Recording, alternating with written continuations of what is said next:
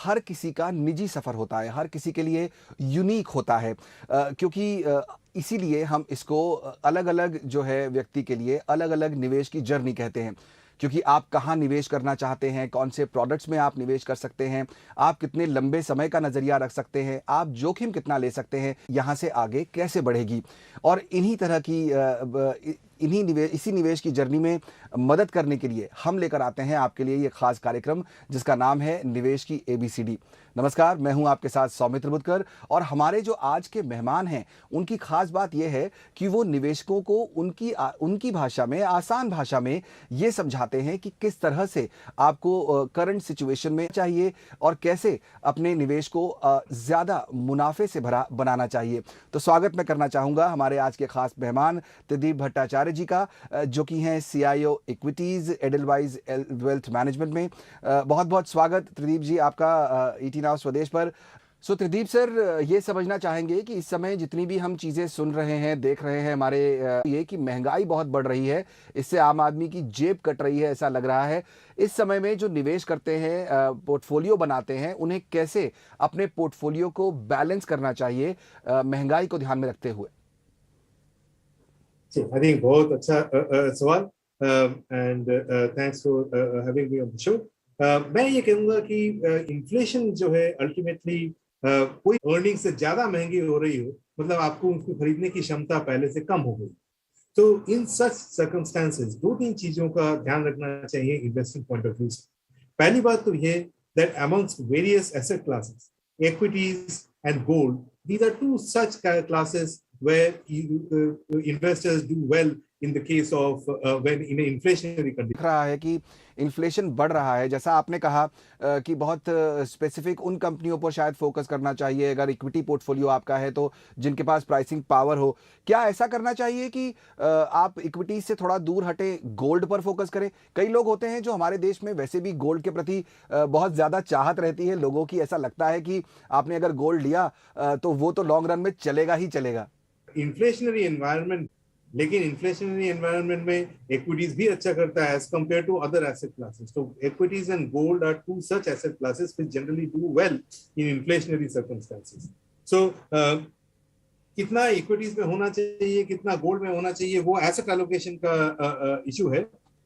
थोड़ा I think some percentage of the portfolio should certainly be in gold, but जो मेरा मतलब core area of expertise है, which is basically कहाँ benefit हो सकता है ये इन्फ्लेशनरी सर्कमस्टेंसेस में। सो उसमें जैसे मान लीजिए अगर इंडिया की सिचुएशन लें तो हम लोग ऑयल के बहुत बड़े इंपोर्टर हैं, तो इसलिए जब इन्फ्लेशन बढ़ता है तब हमारा फिस्कल डेफिसिट वगैरह जो है वो थोड़ा बढ़ जाता है, और इसलिए हमारी करेंसी थोड़ी वीक होती है।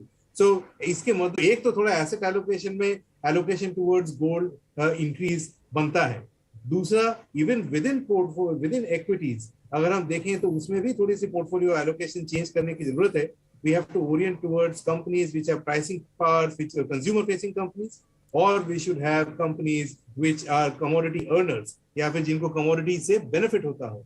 ये दो टाइप की चीजें अगर हम करें।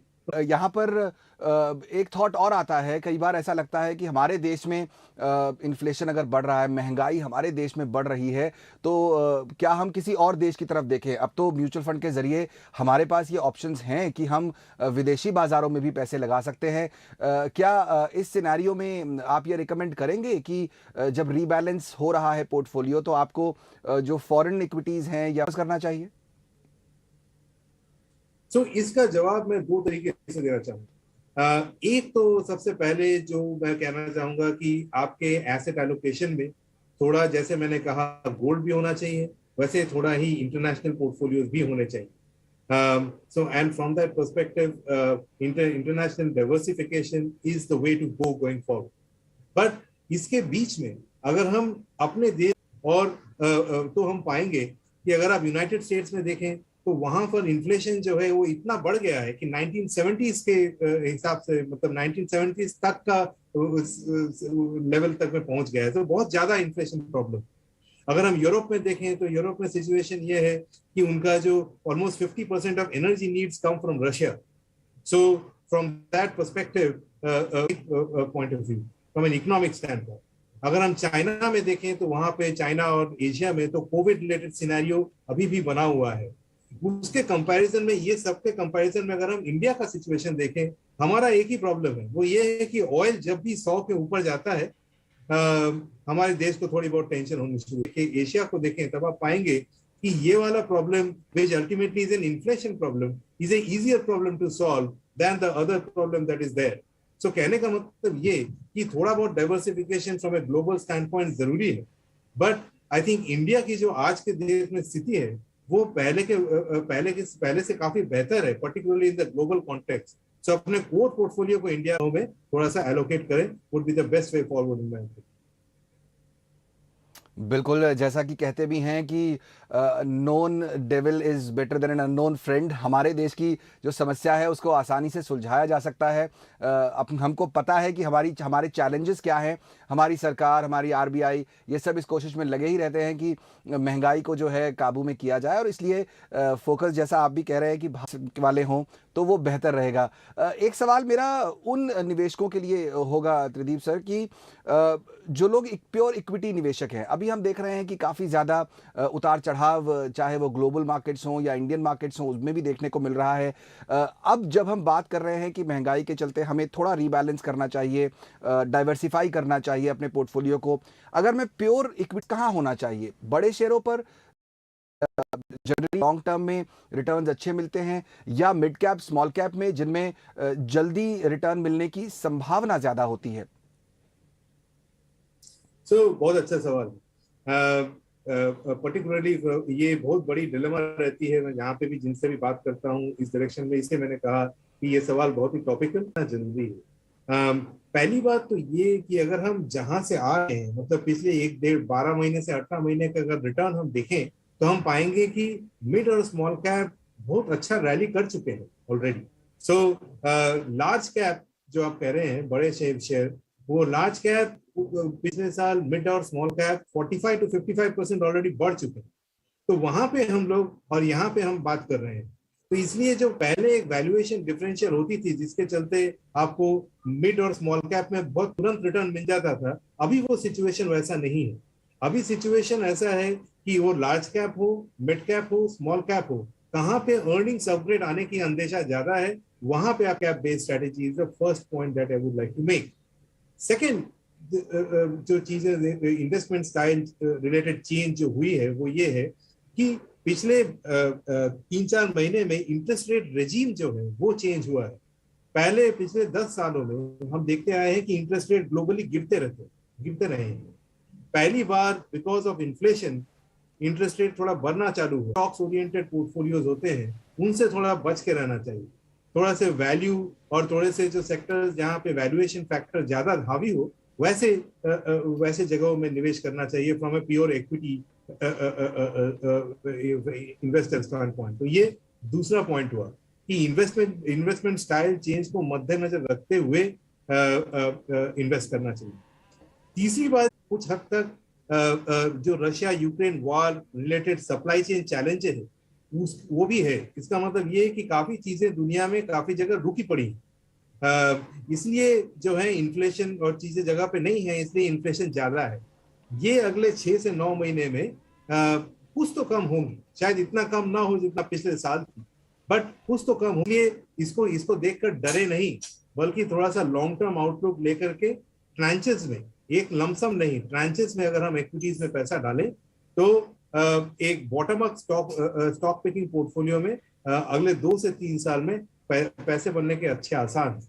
बिल्कुल, सबसे इम्पॉर्टेंट बात जो हम बाज़ार में हमेशा आपको अपॉर्चुनिटी जो है उसका सही फ़ायदा उठाने के लिए ट्रांचेस में ही पैसा लगाना चाहिए। जैसा आप भी बता रहे हैं, एसआईपी एक सबसे अच्छा माध्यम है आपको लॉन्ग टर्म पोर्टफोलियो क्रिएट करने के लिए। ये जो बात आपने कही अभी कि थोड़ा सा उन सेक्टर्स पर फोकस करना चाहिए जहां पर थोड़ा प्राइसिंग पावर हो, जो हम बात अभी कर रहे थे, या फिर जो ग्लोबल इक्विटीज़ को ट्रैक कर रहे हैं और उस पर काम कर रहे हैं, हैं। तो अगर आप हमारे दर्शकों की सुविधा के लिए थोड़ा सा ब्रॉडर अंदाजा दे सकें कि किस तरह के ऐसे वो सेक्टर्स होते हैं जहां पर आपको ज़्यादा इन्फ्लेशन का प्रेशर नहीं दिखेगा या ज़्यादा ग्लोबल सिनेरियोज, ग्लोबल चेंजेस का बहुत इम्पैक्ट नहीं होगा, जो शायद लॉन्ग रन में सेफ साइड पे हो सकते हैं इस समय अपने इक्विटी पोर्टफोलियो में। Because as a CIO of mutual fund, I can't talk stock specific, but मैं sectors के बारे में तो definitely बात कर सकता हूँ। और अगर आप उस पॉइंट ऑफ व्यू से हम देखें कि कौन से ऐसे सेक्टर्स हैं जहां पे हम बेनिफिट कर सकते हैं, तो उसलिए इंडिया की सिचुएशन थोड़ी सी समझने की जरूरत है। सो इंडिया में अभी दो तीन चीजें जो हैं वो बहुत अच्छी हो रही है। पहली बार तो ये, अगर मध्यम capex cycle, private sector capex cycle होने का अच्छा रुझान है। और अगर ऐसा होगा तो इंडस्ट्रियल्स जैसे सेक्टर और उससे रिलेटेड सेक्टर्स शायद अच्छा कर जाएं अगले 2-3 साल में। यहाँ पे इन्फ्लेशन से इनको थोड़ा बेनिफिट भी होता है और एट द सेम टाइम अगर डिमांड की थोड़ी बहुत टेलविंड रहे तो ये दोनों मिलके इनके अर्निंग्स के लिए। मैं चाहूंगा कि ओवरऑल अगर इकोनॉमी अच्छी करती है तो उसमें फाइनेंशियल सेक्टर भी उसको अच्छा करना होता है। सो मेरे हिसाब से क्रेडिट ग्रोथ जो हम मापते हैं as a function of economy, how is it doing, वो अगले शायद 2 से 3 सालों में यहाँ से बेहतर हो। तो जैसे हमारे part of our listed universe is lending financials. So lending financial is one area जहां पे मुझे लगता है कि पैसे शायद लोगों के बन जाएं अगर आप medium term point of view से सोचें। तीसरा एरिया जो मैं कहना चाहूंगा वो ये है कि रियल एस्टेट सेक्टर, मतलब काफी सालों बाद ऐसा देखने को मिला है कि रियल एस्टेट सेक्टर की जो इन्वेंट्री है, अगर ये कंटिन्यू करे इस लेवल पे तो इन्वेस्टर्स को इससे फायदा हो सकता है। सो रियल एस्टेट के डायरेक्ट प्ले भी होते हैं, इनडायरेक्ट प्ले भी होते हैं। So these two are another areas, another theme where जिनको शायद ये इन एरिया से बेनिफिट मिले। और फाइनली मैं ये कहना चाहूंगा कि पहली बार कई साल वगैरह वगैरह उसमें काफी सारा डिमांड बेनिफिट देखने को मिल रहा है private sector point of view से। सो उसमें भी अगर कुछ अच्छे शेयर्स पकड़े जाएं तो that could also be a good way to play the recovery. अगर इन सबको मैं समराइज करके बोलूं कि ये सब, अगर मैंने बात करी इंडस्ट्रियल्स की, फाइनेंशियल्स की, रियल एस्टेट जो एरिया है, ये शायद इन्फ्लेशन से कुछ हद तक उनको भी इम्पैक्ट पड़ेगा, पर कुछ हद तक अछूते रहें और शायद उनसे बेनिफिट भी हो जाए। सो इन सब एरियाज में हम अपने पोर्टफोलियोज में भी ओवरवेट हैं एट एडलवाइस एमएफ एंड जो भी मेरे से मिलता है मैं उनको यही एडवाइस करता हूँ कि इन एरियाज में अगर हम ध्यान दें। आपने कई सारे सेक्टर्स बताए और अपने दर्शकों को मैं ये बताना चाहता हूं कि ये सारे सेक्टर्स जो त्रिदीप सर बता रहे हैं इसमें अलग अलग तरह के स्टॉक्स हो सकते हैं, अलग अपॉर्चुनिटीज़ हो सकती हैं। ये ज़रूरी है कि आप अपने फाइनेंशियल एडवाइज़र से एडवाइस लें, उनसे समझें। और जैसा कि हम बात कर रहे हैं, निवेश के लिए सबसे पहले और एक अच्छे निवेश के लिए सबसे पहला नियम ये है कि आप अपने गोल्स तय करें, आप अपना जोखिम तय करें। ये त्रिदीप जी, हम अपने दर्शकों को अपने एक्सपर्ट्स के और करीब भी लाना चाहते हैं, आपकी जर्नी भी थोड़ा समझना चाहेंगे, उससे बहुत कुछ सीखने को भी मिलेगा जाहिर तौर पर। तो एक छोटा सा आइडिया लेना चाहूँगा आपका कि आपकी जर्नी किस तरह की रही है पिछले इतने सालों में, जो आप निवेश के इस कार्यक्रम में, इस अपने आपका प्रोफेशन है ऑल टुगेदर, खुद निवेश करना और लोगों की मदद करना, तो इतने सालों की कैसी रही है?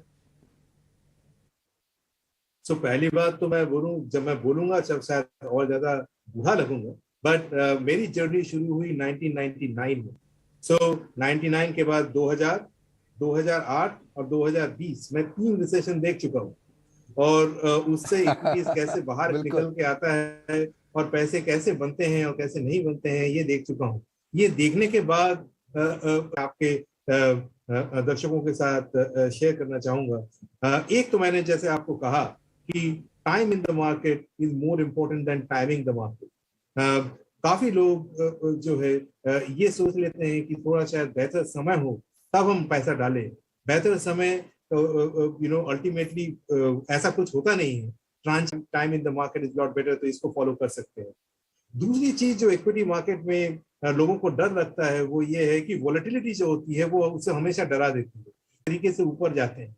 लेकिन आप इक्विटी मार्केट में इन्वेस्ट करते हैं तो वो गिर भी सकता है। लेकिन अगर इसको हम थोड़ा सा लंबा देखें, 10-15 साल 20 साल में देखें, तो मालूम पड़ेगा कि actually the volatility is a friend. ये volatility gives you the opportunity to enter the market at good levels. So the second thing I would say वो है power of compounding. So a combination of volatility and power of compounding is very important to understand for investors. And finally, जो मैं कहूँगा कि investing के लिए जो काम आती है, invest when there is a famine and reap when there is a feast. In other words, जब बाहर मौका वारदात काफी बुरा हो, तब पैसे प्रोवर्बियली और माहौल बहुत अच्छा हो, तब शायद थोड़े से पैसे निकाल लेना चाहिए। ये तीन चीजें जो मैं इन्वेस्टर्स को आपके जरिए बताना चाहूंगा as a sum and substance of my learnings of the last 25 years। बहुत बढ़िया, ये काफ़ी अहम बातें आपने कही और एक तरह से यही गुरु मंत्र है। ये 2-3 चीज़ें अगर आप रख लें दिमाग में तो निवेश आई वुड नेम 2 or 3 पीपल। इनके अगर आप गूगल सर्च करें तो इनके जो भी किताबें, बहुत सारी इनकी किताबें आपको मिलेंगी, जो आपको अपने हिसाब से जो आपके नॉलेज गैप है वो कवर कर ले तो आपके लिए बेहतर होगा। तो सबसे पहले इस लिस्ट में मैं कहूँगा हमारे वॉरेन बफेट, जो कि बहुत ही दिग्गज इन्वेस्टर हैं और काफी उनके ऊपर किताबें लिखी जा चुकी हैं, जो है वो डेफिनेटली आई थिंक इन्वेस्टर्स को पढ़नी चाहिए। Second author I would name is Howard Marks. ये भी बहुत ही नामचीन इन्वेस्टर रहे हैं और इनकी भी काफी सारे किताबें हैं जो कि आपको पढ़ने चाहिए from an investing standpoint. और हमारे इंडियन एक यूट्यूब सेशंस काफी हेल्पफुल होते हैं। संजय भट्टाचार्य जो इन्वेस्टर हैं, वो बहुत लेजेंडरी इन्वेस्टर हैं। उन्होंने अपने यूट्यूब वीडियोस में हाउ टू आइडेंटिफाई 100 बैगर्स और इसके ऊपर अपने पर्सनल एक्सपीरियंसेस शेयर किए हैं। तो ये 3 लोगों का नाम मैं लेना चाहूंगा जिनसे मैंने सीखा। मैं उम्मीद करता हूँ कि आप भी कुछ सीख पाए। बिल्कुल, तो सिर्फ किताबें ना पढ़ें, ज़रूर पढ़ें किताबें, लोगों को पढ़ें, लेजेंड्स को पढ़ें। जैसा कि त्रिदीप सर कह रहे हैं कि यहाँ पर कई सारे हमारे सामने एग्जाम्पल्स हैं लोगों के जो कि एक लेजेंडरी इन्वेस्टर्स रहे हैं और उन्होंने काफ़ी अच्छे तरीके से लंबे समय तक इन्वेस्टिंग की फील्ड में काम किया है। उन लोगों को पढ़ें तो बेहतर होगा। बहुत बहुत शुक्रिया त्रिदीप सर, आज समय निकालकर ईटी नाउ स्वदेश के दर्शकों को ये समझाने की कि कैसे महंगाई से बच सकते हैं आप और अपने पोर्टफोलियो को इन्फ्लेशन ढूंढ सकते हैं बाजार में, चाहे इक्विटी मार्केट हो या कोई और एसेट क्लास। यही कोशिश है ईटी नाउ स्वदेश की और निवेश की ABCD की कि कैसे आप अपने पोर्टफोलियो को बेहतर बनाएं, अपने निवेश की स्ट्रैटेजी को बेहतर बनाएं। इसी कोशिश को लगातार हम आगे बढ़ाते रहेंगे। इस कार्यक्रम में फिलहाल इतना ही। नमस्कार।